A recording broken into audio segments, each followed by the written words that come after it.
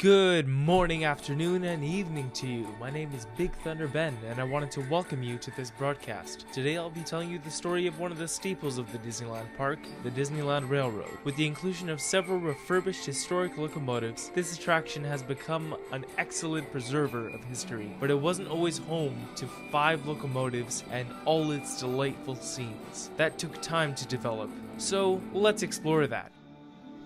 Walter Elias Disney was directly responsible for the creation of this opening day attraction. Growing up, Walt always had a fascination with trains and a burning desire to work as a railroad engineer. Later, as a teenager, Mr. Disney got a job working as a newspaper boy for the Missouri Pacific Railway. Years pass, and the now well-known and branded Walt Disney finds himself in need of a new hobby after a serious sports accident. This caused him to reignite his long-lost passion as he began assembling model trains. After some time, Walt Disney was seriously interested in having a real working locomotive. This led him to build a small railroad in the backyard of his new house, where he had over 5 acres to work with. But that wasn't enough.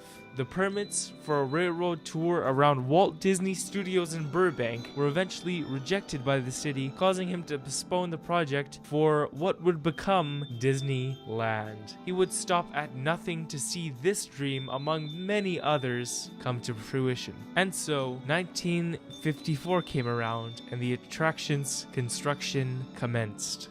It was July of 1955, and the time came for the park to open, and with it, the C-Ticket Disneyland Railroad. With an 18-minute runtime continuously narrated by Jack Wagner, who was commonly known as the voice of Disneyland, mind you. Remain seated, please. Permanecer sentados. The Disneyland Railroad was an instant hit. On the topic of narrators, it's gone through quite a few over the years, so I'll give you the names of their characters and what they're known for, just to get through them quickly. First up, we have Tony the Tiger, then Bob Reed and Ryan's Ho, then Baloo, Kit Clicker, and finally Ludwig von Drake. Given that we don't have a lot of time left together, I'll quickly go through the highlighted additions that were made to the railroad.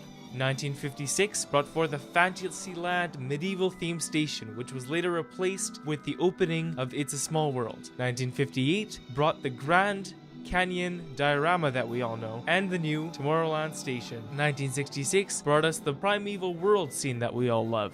1985 brought us Videopolis Station, later replaced by Mickey's Toontown in 1993, and the updated Tomorrowland station brought forth in 1998's steampunk renovation that, of course, we don't like to talk about. And finally, I should mention the 2017 rerouting and effects update makes me very excited for my next trip, as the railroad was closed for refurbishment when I went there in June of that same year. To close off the video, here are the years of fabrication and the names of the different locomotives on the Disneyland Railroad. From 1894, we have number 3, the Fred Gurley. From 1902, we have number 5, Ward Kimball. From 1925, we have number 4, Ernest S. March. And from 1955, we have the OG 1 and 2s, the CK Holiday and the EP Ripley. So next time you visit Disneyland and pass under the railroad station, take a few dozen minutes and appreciate the beauty of something that Walt Disney himself poured his heart and soul into.